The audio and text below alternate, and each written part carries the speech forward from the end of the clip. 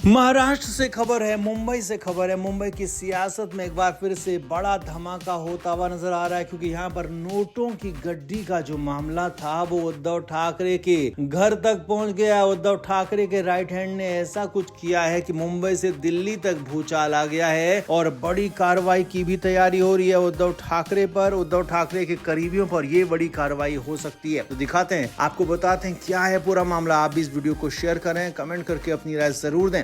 तो महाराष्ट्र में एक वीडियो तेजी से वायरल हो रहा है और ये वीडियो वायरल किया है किसी और ने नहीं बल्कि उद्धव ठाकरे के करीबी अंबादास दानवे ने। जी हाँ, अंबादास दानवे उद्धव ठाकरे के करीबी नेता हैं और उन्होंने एक वीडियो शेयर किया है। उस वीडियो में नोटों की गड्डियां दिख रही हैं और एक दावा किया जा रहा है कि एक विधायक भी उस प्रेम में दिख रहे हैं। हालांकि खबर तो ये भी है कि ये विधायक शिंदे गुट के बताए जा रहे हैं, लेकिन उन विधायक का इस पर रिएक्शन भी आ गया और उन्होंने साफ कहा है कि वो इस पर एक्शन लेंगे और इस वीडियो को पूरी तरह से डॉक्टरेट बता दिया है। अब मामला इतना भर नहीं है, बल्कि मामला इसके बाद उद्धव ठाकरे के घर तक पहुंच गया। जी हाँ, क्योंकि अंबादास दानवे उद्धव ठाकरे के करीबी राइट हैंड हैं, तो उसके बाद अब खबरें ये आ रही हैं कि इस पूरे मामले पर एक्शन हो सकता है। पुलिस कार्रवाई की तैयारी कर रही है। न सिर्फ अंबादास दानवे बल्कि उद्धव ठाकरे के घर तक भी मामला पहुंच सकता है। अगर ये वीडियो फेक हुआ, अगर ये वीडियो गलत हुआ, अगर ये वीडियो किसी भी तरीके से बनाया गया है, किसी भी तरीके से इसको डॉक्टरेट किया गया है, इधर उधर छेड़छाड़ की गई है, तो उसके बाद न सिर्फ अंबादास दानवे पर बल्कि बड़ी खबर यह है कि उनके आका उद्धव ठाकरे तक भी कार्रवाई हो सकती है। इसीलिए खबर यह है कि ये पूरा मामला मातोश्री तक पहुंच गया। और यही नहीं, मुंबई से दिल्ली तक ये पूरी हलचल हो गई है। मुंबई से दिल्ली गृह मंत्रालय तक ये मामला बताया गया कि इस तरह से पार्टी के नेताओं के खिलाफ बातें हो रही है, पार्टी के नेताओं को इस तरह से बदनाम करने की कोशिश हो रही है। और इसीलिए अंबादास दानवे के बहाने अब उद्धव ठाकरे के गिरेबान तक न सिर्फ पुलिस बल्कि दिल्ली से सेंट्रल की एजेंसियां भी पहुंच सकती हैं। जो उद्धव ठाकरे अब तक बचे हुए थे, जो उद्धव ठाकरे अब तक कोशिश कर रहे थे कि उनका कोई बाल भी बांका ना कर पाए, तो उन्हीं उद्धव ठाकरे को अब यहाँ पर पूरी तरीके से शिकंजे में लिया जा सकता है। सियासी पूरी तरह से अकड़ उनकी जा सकती है और अंबादास दानवे का ये जो कांड है नोटों की गड्डी वाला, ये उनके गले की फांस बन सकता है। इसीलिए खबर यही है कि उद्धव ठाकरे पर अब कड़ी कार्रवाई हो सकती है। नोटों की गड्डी का जो मामला है वो सीधे उनके घर तक, मातोश्री तक इसका रिएक्शन पहुंच गया है। इसका पूरा का पूरा ठीकरा उद्धव ठाकरे तक पर भी फोड़ा जा सकता है। तो कुल मिलाकर ठाकरे मुश्किल में फंस गए हैं। अंबादास दानवे ने उन्हें फंसा दिया बुरी तरीके से। तो आप इस पर क्या कहेंगे? आप भी कमेंट करके जरूर से जरूर बताएं, वीडियो को शेयर भी करें।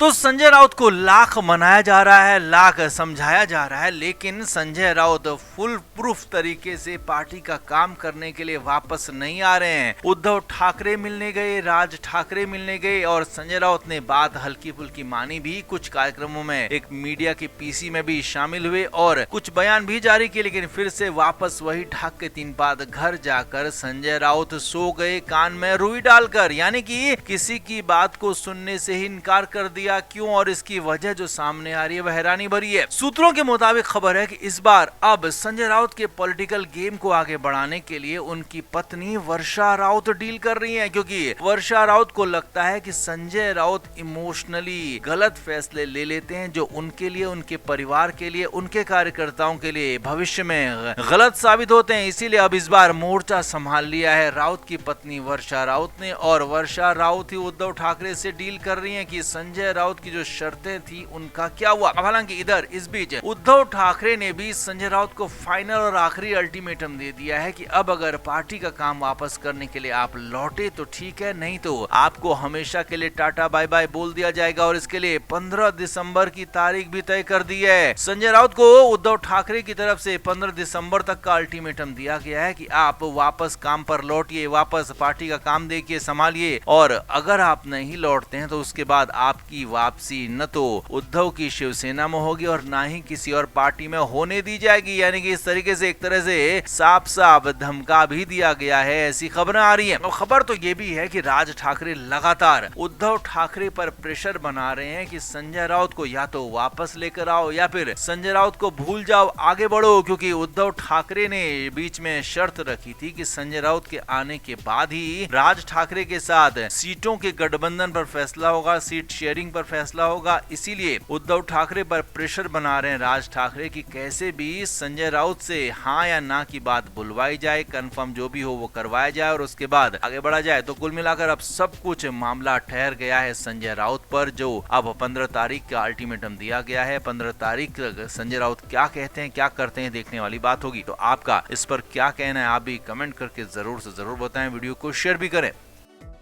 तो उद्धव ठाकरे कोशिश कर रहे हैं कि महाराष्ट्र में महाविकास अघाड़ी बना रहे और चुनाव में एक साथ सब लड़ें, लेकिन कांग्रेस की तरफ से एकला चलो की राय दी जा रही है, कहा जा रहा है, नारा दिया जा रहा है और कांग्रेस कोशिश ये कर रही है कि अकेले ही बीएमसी चुनाव में लड़े और अकेले ही आगे बढ़े। भले ही छोटी पार्टियों को साथ लेना पड़े, लेकिन कांग्रेस उद्धव ठाकरे की पार्टी के साथ जाना नहीं चाहती है, क्योंकि उद्धव ठाकरे राज ठाकरे के ज्यादा करीब दिख रहे हैं। अब ऐसे हालात में लगातार कोशिशें हो रही हैं कांग्रेस को मनाने की, लेकिन कांग्रेस के स्थानीय नेता, प्रदेश के नेता उद्धव ठाकरे की बात सुन नहीं रहे हैं, मान नहीं रहे हैं। अब सूत्रों के मुताबिक खबर है कि उद्धव ठाकरे ने इसी को लेकर राहुल गांधी से बात करने की कोशिश की, राहुल गांधी से फोन पर बात करने की कोशिश की, लेकिन यहाँ पर उल्टा उद्धव ठाकरे को ये फटका लग गया, बड़ा वाला, बहुत बड़ा वाला। जी हाँ, खबर यह है सूत्रों के मुताबिक कि राहुल गांधी ने उद्धव ठाकरे को साफ साफ दो टूक शब्दों में कहा कि अगर बात होगी तो बराबरी की होगी, बड़ा भाई छोटा भाई यहाँ पर कोई भी नहीं होगा। अब सभी जानते हैं कि उद्धव ठाकरे महाराष्ट्र की राजनीति में खुद को सबसे बड़ा मानते हैं, चाहे वो सरकार में हो या नहीं हो। अभी भी भले वो सत्ता से दूर है, उनकी पार्टी की गत बहुत खराब हो चुकी है, लेकिन अभी भी वो खुद को मुख्यमंत्री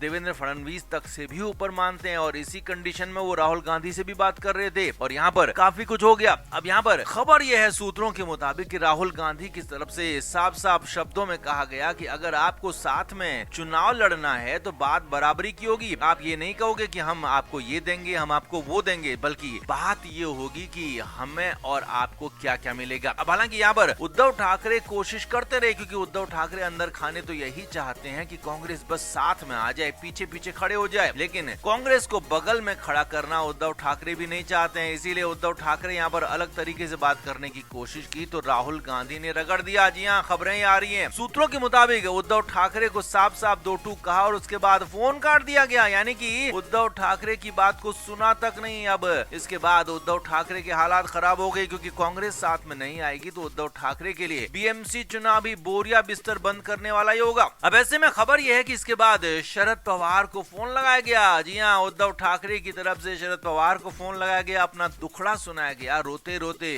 शरद पवार को बताया गया कि राहुल गांधी से बात हुई और राहुल गांधी बात मान नहीं रहे। अब यहाँ पर शरद पवार तो खुद आखिरी दौर चल रहा है उनका जिंदगी का भी और उनकी सियासत का भी, इसीलिए वो चाहते हैं कि उनकी पार्टी कैसे भी जिंदा बनी रहे। इसीलिए वो कोशिश कर रहे हैं कि सभी पार्टियां एक साथ आ जाएं, लेकिन कांग्रेस फिलहाल शरद पवार की भी बात नहीं सुन रही है। लेकिन यहाँ पर हालांकि शरद पवार ने भरोसा दिया है कि वो उद्धव ठाकरे के साथ रहेंगे, लेकिन कितना साथ रहेंगे शरद पवार की सियासत को जानते हैं। वो ये भी जानते हैं कि शरद पवार कब किसके साथ होते हैं, कब किसका साथ छोड़ते हैं, ये खुद शरद पवार के सबसे करीब रहने वाले को भी नहीं पता होता। ऐसे में यहाँ पर उद्धव ठाकरे अब 2 से 3 मोर्चों के साथ एक साथ लड़ रहे हैं। चाहे पहला मोर्चा एक कांग्रेस के साथ का मोर्चा हो, जिसमें कांग्रेस को साथ आने की कोशिश की जा रही है, मगर वो आ नहीं रहे हैं। दूसरा मोर्चा संजय राउत का मोर्चा है, संजय राउत भी लगातार अपनी मनमानी पर उतरे हुए हैं, उद्धव ठाकरे की बातों को नहीं सुन रहे हैं। और तीसरा सबसे बड़ा मोर्चा उद्धव ठाकरे के लिए एकनाथ शिंदे वाला मोर्चा है, क्योंकि एकनाथ शिंदे का गुट पूरी तरीके से सिर्फ और सिर्फ उद्धव ठाकरे को हराने को चलने पर जुटा हुआ है। तो ऐसे में 3 मोर्चों पर लड़ रहे उद्धव ठाकरे के लिए नई मुसीबत ये आ गई है कि यहाँ पर अब शरद पवार भी उनकी बात मानेंगे, सुनेंगे, ये कंफर्म नहीं है। तो आप इस पर क्या कहेंगे, आप भी कमेंट करके अपनी राय जरूर से जरूर दें, वीडियो को शेयर करें।